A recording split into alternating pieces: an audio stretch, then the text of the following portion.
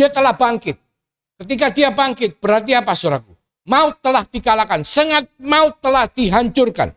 Saudara dan saya, dengan iman kita, maka kita layak dengan janji kasih karunia Tuhan untuk hidup kekal bersama-sama dengan Tuhan.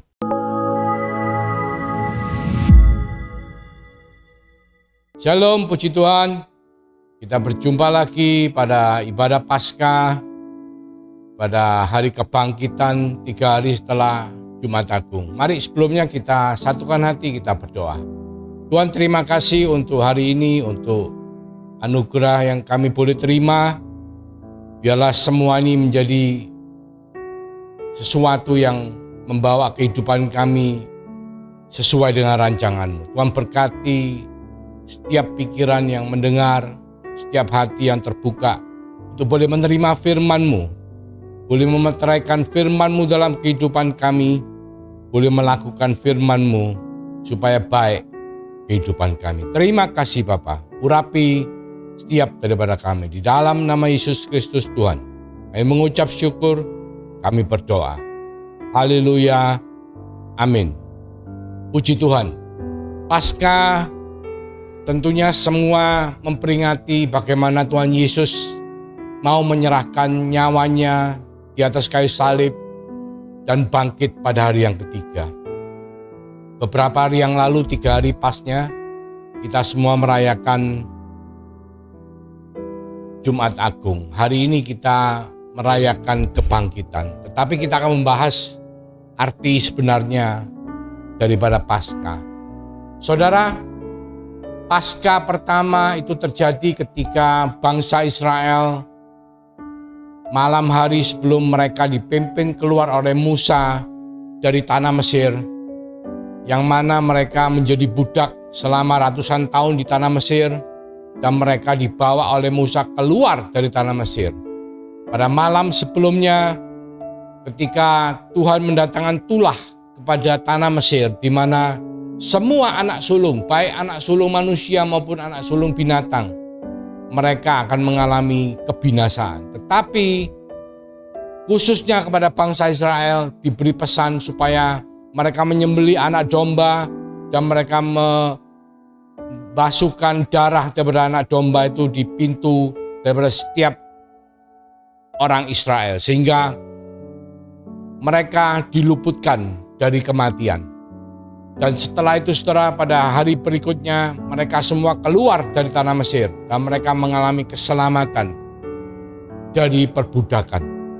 Dan Paskah itu dirayakan secara terus-menerus setiap tahun dengan satu tujuan, bahwa itu adalah memperingati bagaimana mereka menerima keselamatan daripada perbudakan di tanah Mesir. Jadi hari-hari ini kita semua tahu bahwa kita memperingati bukan seperti yang bangsa Israel pada waktu itu memperingati keluar dari tanah Mesir, tapi kita memperingati karena Yesus Kristus mati di atas kayu salib. Kita akan membahas bagaimana perubahan atau progres yang terjadi setelah bangsa Israel keluar dari tanah Mesir. Saudara, di Keluaran 19 ayat 5 dikatakan bahwa bangsa Israel dipilih oleh Tuhan untuk menjadi bangsa imamat rajani. Jadi bangsa yang bisa menghadap kepada Tuhan, yang katanya imamat rajani. Dan yang terjadi adalah ketika kita membaca Keluaran 20 ayat 18-21, ketika bangsa Israel dipanggil oleh Tuhan untuk menghadap Tuhan, bangsa itu mengalami ketakutan dan mereka tidak berani untuk menghadap kepada Tuhan. Bahkan dikatakan di ayat 19, mereka berkata kepada Musa, Keluaran 20 ayat 19, Engkaulah berbicara dengan kami, maka kami akan mendengarkan. Tetapi janganlah Allah berbicara dengan kami, nanti kami mati. Jadi mestinya bangsa ini sebagai imam itu boleh langsung ketemu sama Tuhan. Tapi mereka takut, mereka tidak berani. Dan mereka mengutus Musa, supaya Musa yang berbicara kepada Tuhan, dan mereka secara tidak langsung tidak bisa ketemu sama Tuhan. Dan setelah itu saudaraku, Tuhan memberikan mereka hukum Taurat. Supaya apa? Supaya oleh hukum Taurat mereka bisa mencari Tuhan. Jadi apa yang kita tahu adalah di Perjanjian Lama, ketika Tuhan memberikan hukum Taurat untuk bangsa Israel yang mengandung berkat dan kutuk. Ketika kita melakukan hukum itu, kita diberkati Tuhan. Ketika kita tidak melakukan atau melanggar, kita akan menjadi terkutuk. Tujuannya adalah supaya manusia beragama, supaya manusia bisa menemukan Tuhan. Karena beragama itu adalah cara manusia untuk bagaimana mereka bisa ketemu dengan Tuhan. Dan oleh karena itu, hukum Taurat atau 10 perintah Allah itu diberikan kepada bangsa Israel. Di Matius 22 ayat 37-40 jelas dikatakan bahwa ada 2 hukum yang sangat penting yang adalah merupakan perwujudan daripada hukum Taurat.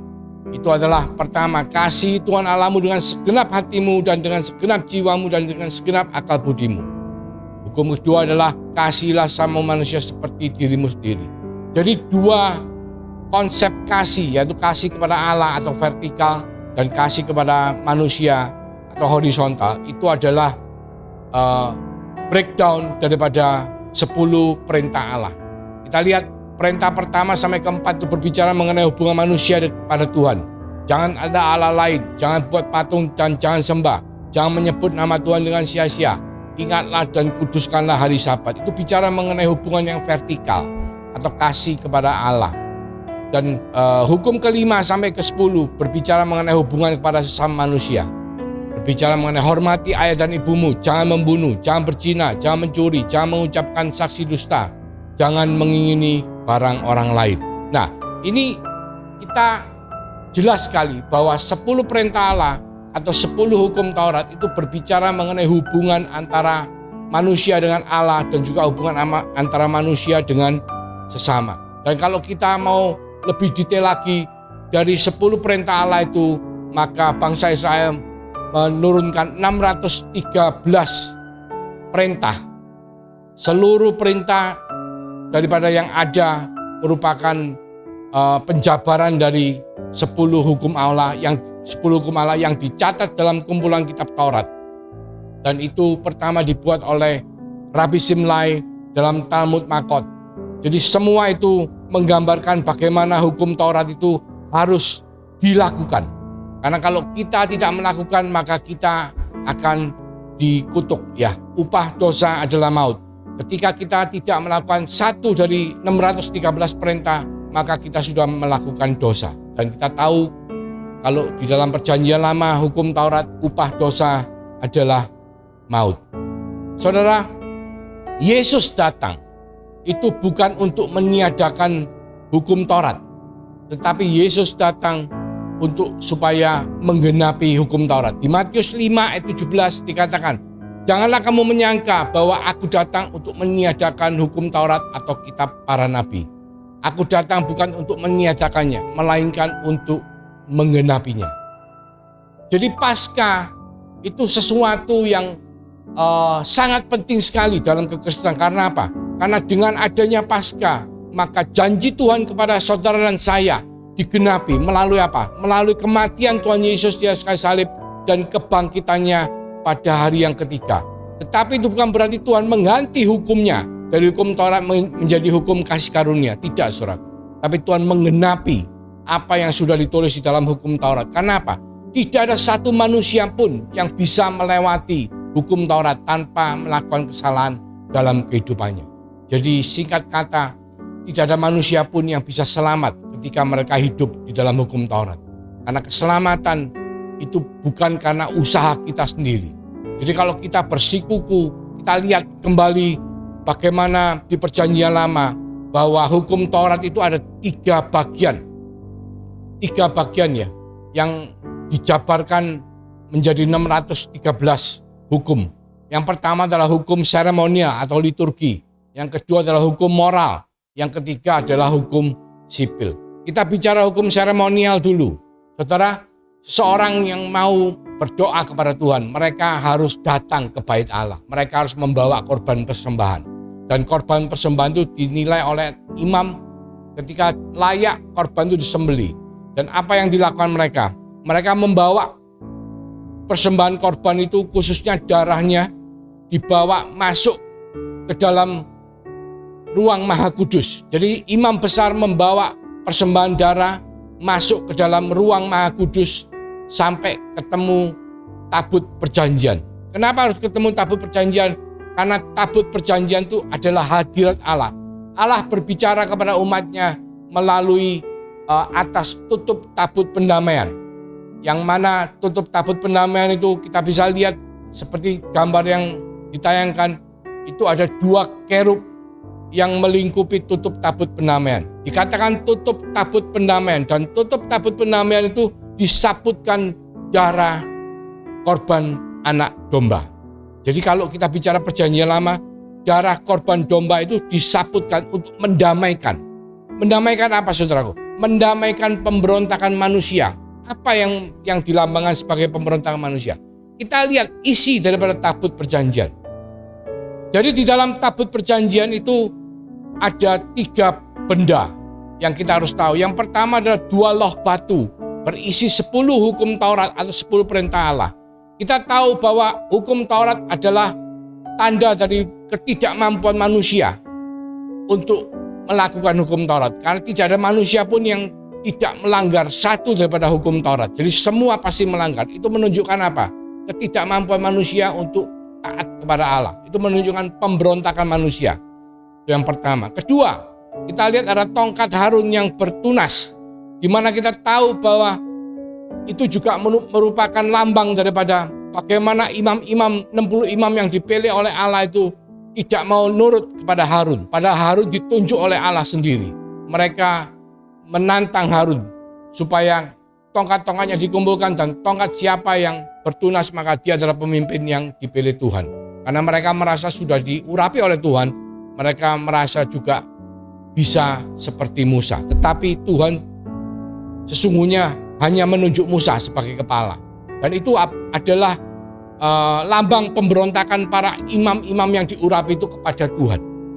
Dan yang ketiga, buli-buli emas berisi mana. Saudara tahu mana? Mana adalah roti makanan surga yang diberikan kepada bangsa Israel selama 40 tahun ketika mereka berjalan di padang gurun. Mereka selalu mendapatkan mana secara gratis. Tuhan memberikan cuma-cuma. Pemeliharaan Tuhan terhadap umat Israel itu adalah luar biasa, saudaraku. Kita bisa membayangkan setiap hari kalau seseorang memelihara kita selama 40 tahun, berapa besar biaya yang dikeluarkan orang tersebut. Bukan hanya satu orang, bukan hanya satu keluarga, satu bangsa. Kita bicara mengenai jutaan jiwa. Tetapi apa yang terjadi? Itu pun ketika mereka diberi gratis, free, mana setiap hari, mereka tetap bersungut-sungut kepada Tuhan.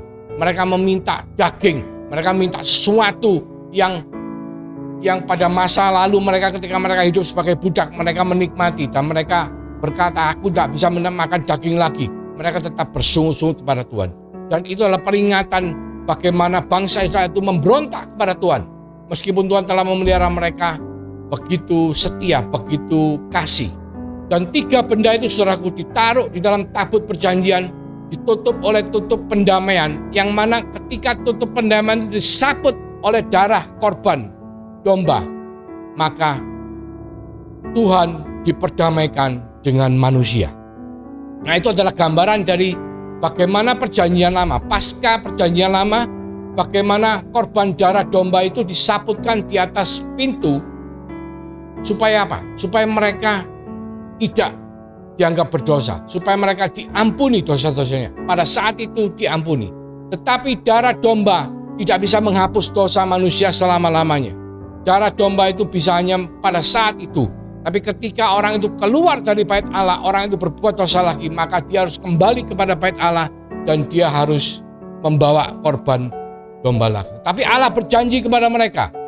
Kitab Yeremia, kitab Yeskiel, bahkan di Ibrani pasal 10 dikatakan bahwa aku akan membuat perjanjian baru, di mana aku akan mementeraikan Tauratku di dalam hatimu. Jadi pada saat itu, saudaraku, Tuhan berkata kepada bangsa Israel, kepada kita semua yang percaya, bahwa satu hari Tuhan akan memberikan perjanjian baru. Tuhan tidak lagi menyuruh kita untuk melakukan hukum Taurat dengan beragama, tapi Tuhan memeteraikan hukum Taurat itu dalam hati setiap daripada kita yang percaya. Dan hari itu sudah tiba. Kapan, saudara? Ketika Yesus Kristus menyerahkan nyawanya di atas kayu salib dan dia mati, menyerahkan nyawanya dan mati. Ketika itu terjadi, maka saudara tahu tirai bait Allah ya yang memisahkan antara ruang kudus dan ruang maha kudus itu tebalnya lebih dari 10 cm, tebalnya ya, bukan panjangnya. Panjangnya tinggi sekali, saudara. Kita lihat di gambar. Itu tirai itu terbelah menjadi dua. Ketika Yesus menyerahkan nyawanya di atas kayu salib, tirai itu terbelah jadi dua. Sehingga apa? Sehingga hadirat Allah terbuka untuk bisa saudara dan saya dengan darah Yesus yang telah disaputkan di atas tutup pendamaian, tutup tabut pendamaian. Maka saudara dan saya beriman bisa tatap muka menemui Allah Bapa. Karena apa? Karena itu adalah janji Tuhan sendiri. Kepada saudara dan saya beriman bahwa satu hari nanti, dan hari itu telah tiba, saudara. Dan itu ketika Jumat Agung hampir 2000 tahun yang lalu, ketika Yesus menyerahkan nyawanya di atas kayu salib, maka saudara dan saya, kita layak dengan darah Yesus, dengan pengorbanan Yesus untuk menghadap kepada tahta kasih karunia Tuhan. Dikatakan it is finished. Semua hutang-hutang dosa telah diselesaikan oleh Yesus dengan dia memberikan hidupnya, darahnya untuk menjadi korban anak domba Allah. Dan itu yang kita katakan dengan hukum seremonial. Jadi kita kembali lagi, hukum Taurat itu ada 3 bagian. Hukum seremonial atau hukum liturgi. Jadi kalau dulu kita ingin ketemu Allah, kita harus datang ke bait Allah membawa korban, dan kita minta imam besar untuk membawa persembahan kita masuk kepada Allah dan meminta berdoa untuk kita. Tetapi hari ini, saudaraku, dengan penggenapan Yesus Kristus di atas kayu salib dan bangkit pada hari yang ketiga, maka hukum itu telah dilunasi, telah digenapi. Jadi saudara tidak usah bawa korban lagi, karena Yesus telah menjadi korban untuk saudara dan saya yang beriman. Tetapi ada 2 bagian lagi yang kita harus bahas, saudara. Satu, hukum moral. Apa itu hukum moral? Hukum moral adalah hukum yang menyangkut ketika saudara menyakiti sesama saudara. Tentunya hukum moralnya adalah saudara harus meminta maaf. Contoh misalnya saya mengatakan, saya sebagai businessman, terus saya hutang sama teman saya. Saya hutang sekian miliar. Gitu. Terus setelah saya berhutang, terus saya bertobat. Saya beriman kepada Yesus Kristus, kepada Tuhan dan Juru Selamat, sebagai Tuhan dan Juru Selamat. Dan karena saya bertobat, maka Tuhan telah mengampuni dosa-dosa saya. Ya, hubungan saya dengan Tuhan, dengan Allah Bapa telah diselesaikan, telah diperdamaikan. Tetapi saya tetap harus menyelesaikan hutang saya kepada sesama saya. Pertama, ketika saya tidak bisa membayar hutang tepat waktu, saya harus minta maaf kepada dia.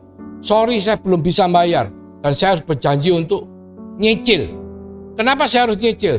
Karena hukum Taurat itu juga selain hukum moral, ada lagi hukum sipil. Hukum sipil adalah apa? Mata ganti mata, gigi ganti gigi, kuku ganti kuku. Istilahnya apa? Kalau kita berhutang pada seseorang, itu dijelaskan di hukum Taurat. Kita harus membayar hutang kita beserta dengan bahkan dendanya atau bunganya. Jadi bukan berarti kalau kita percaya sama Tuhan Yesus, oh Tuhan Yesus telah mati di atas kayu salib, oh Tuhan Yesus telah mengampuni dosa-dosa kita, maka kita tidak harus bayar hutang kita. Oh tidak, saudara.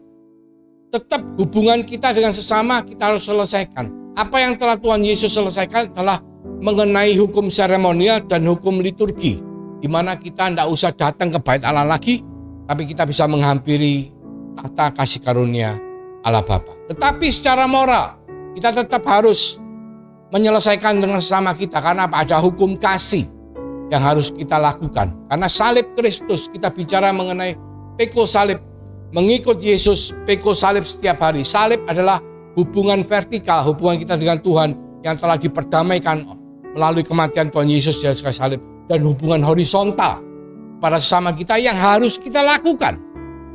Kita tidak bisa ngapa-ngapain terus kita mengharapkan semua orang baik sama kita. Ya, kita tetap harus hidup di alam natural yang mana hukum tabur tua itu berjalan. Jadi hukum moral dan hukum sipil dari hukum Taurat itu harus tetap kita lakukan. Jadi apa Pak maknanya Paskah? Makna Paskah yang pertama adalah kita harus mengucap syukur bahwa Tuhan telah menggenapi janjinya. Bahwa dia akan mendatangkan Mesias, Juru Selamat, yang akan mengampuni kita. Sehingga apa? Barang siapa beriman percaya pada Yesus Kristus sebagai Tuhan dan Juru Selamat, maka dia akan beroleh hidup yang kekal. Itu janji Tuhan yang pertama. Kita akan mengalami itu. Dengan kematian Tuhan Yesus dan kebangkitannya pada hari yang ketiga, yang kita rayakan hari ini. Dia telah bangkit. Ketika dia bangkit, berarti apa saudara? Maut telah dikalahkan, sengat maut telah dihancurkan. Saudara dan saya, dengan iman kita, maka kita layak dengan janji kasih karunia Tuhan untuk hidup kekal bersama-sama dengan Tuhan. Tetapi selama kita masih hidup di bumi, di alam natural, di mana kita tahu bahwa tanah telah terkutuk oleh karena dosa Adam, maka ada hal-hal yang tetap kita harus lakukan. Sama seperti perumpamaan ini saudara, bahwa Tuhan Yesus itu adalah gambaran dari penggenapan daripada hukum Taurat. Sama seperti kalau kita pergi ke salon, kita menata rambut kita. Kenapa? Karena kita mau menghadiri sebuah pesta. Kita menata rambut kita dengan baik. Barber, tukang salonnya itu luar biasa, desainernya bagus sekali, cantik. Tetapi ketika kita keluar dari salon, tentunya kita tidak akan sembarangan saudara. Kita tahu kita mau ke pesta, kita habis dari salon terus kita main basket, ya tidak mungkin. Atau kita berenang, ya tidak mungkin. Kalau kita berenang, rambut kita rusak, make up kita rusak kalau perempuan ya. Kalau kita main basket, rambut kita tidak karu-karuan. Tentunya kita akan menjaga sikap kita. Itu yang pertama. Kedua, kita pasti perlu cermin, saudara. Nah, dikatakan juga hukum Taurat merupakan cermin bagi saudara dan saya untuk melihat ke cermin tersebut apakah kita sudah oke. Meskipun Yesus Kristus sudah menyelesaikan semuanya di atas kayu salib untuk saudara dan saya, tapi kita harus memeriksa diri kita di depan cermin, di depan hukum Taurat. Apakah kehidupan kita sudah baik? Karena hati nurani kita telah dimeteraikan oleh hukum Taurat, tapi kita harus melihat apa yang kita lakukan setiap harinya. Apakah sudah sesuai seperti yang Tuhan mau? Jadi kalau kita ngomong, kalau kita dari salon, kita tetap menjaga sikap kita sampai kita datang ke pesta, ya. Kita harus sewaktu-waktu melihat kepada cermin. Ya, tentunya saudara pasti melihat cermin. Tidak mungkin saudara tidak melihat cermin. Pasti saudara masuk ke tempat ruangan sebelum ruangan pesta, saudara pasti masuk ke toilet. Kenapa? Cari cermin. Melihat apakah masih oke. Kalau oke, saudara baru masuk ke ruangan pesta. Demikian pula kehidupan kita. Selama kita masih hidup di bumi, di alam natural ini, kita harus menjaga sikap kita. Seperti ilustrasi yang sudah diberikan. Jadi kita tetap dikatakan di Wahyu, Pak, bagaimana caranya? Di Wahyu 3:20 jelas, firman Tuhan mengatakan, lihat, aku berdiri di muka pintu dan mengetok. Jikalau ada orang yang mendengar suaraku dan membukakan pintu, aku akan masuk mendapatkannya dan aku makan bersama-sama dengan dia dan ia bersama-sama dengan aku. Pertama, kita beriman kepada Yesus Kristus. Kedua, kita harus membuka hati kita untuk apa? Untuk membiarkan Tuhan masuk, campur tangan. Kita punya kehidupan doa. Kita punya kehidupan bersama-sama dengan Tuhan. Supaya apa? Supaya Taurat yang telah dimeteraikan dalam hati nurani saudara dan saya, itu adalah merupakan kodrat ilahi yang Tuhan taruh dalam kehidupan kita. Dengan urapan Roh Kudus, kita akan menjalani kehidupan kita. Tuhan akan menuntun setiap langkah hidup kita. Supaya apa? Supaya kita bisa menjaga sikap hati kita. Supaya kita bisa menjaga kehidupan kita. Supaya kita bisa tetap setia sampai pada akhirnya. Jadi Paskah, saudaraku, kita mengucap syukur atas kasih karunia Tuhan. Kita juga harus hidup karena kasih karunia itu. Setelah kita mendapat kasih karunia, kita hidup dengan menjaga sikap hati kita. Biarlah kemenangan Tuhan Yesus atas sengat maut membawa saudara dan saya mengalami janji-janji Tuhan dalam kehidupan kita sampai Maranatha. Mari kita berdoa. Tuhan Yesus, terima kasih untuk Paskah, untuk kasih karunia anugerah-Mu, untuk kasih-Mu yang tidak pernah habis dalam kehidupan kita semua. Ajari kita Tuhan untuk berjalan bersama-sama dengan Engkau, untuk memiliki kehidupan bersama-sama dengan Engkau, dengan membuka hati kami, membiarkan Engkau campur tangan dalam kehidupan kami, dan sehingga kami boleh memiliki kehidupan doa yang menyenangkan hati-Mu, yang membuat hidup kami berbuah seperti yang telah Kau rancangkan. Terima kasih Tuhan. Biarlah berkat daripada Allah Bapa melalui kasih karunia daripada Tuhan Yesus Kristus yang telah memeteraikan Roh Kudus dalam kehidupan setiap daripada kami, yang akan selalu menyertai, melindungi, memberkati kita semua mulai sekarang sampai Tuhan Yesus datang untuk kedua kalinya, bahkan sampai Maranatha. Di dalam nama Tuhan Yesus Kristus yang percaya, sama-sama kita katakan haleluya, amin.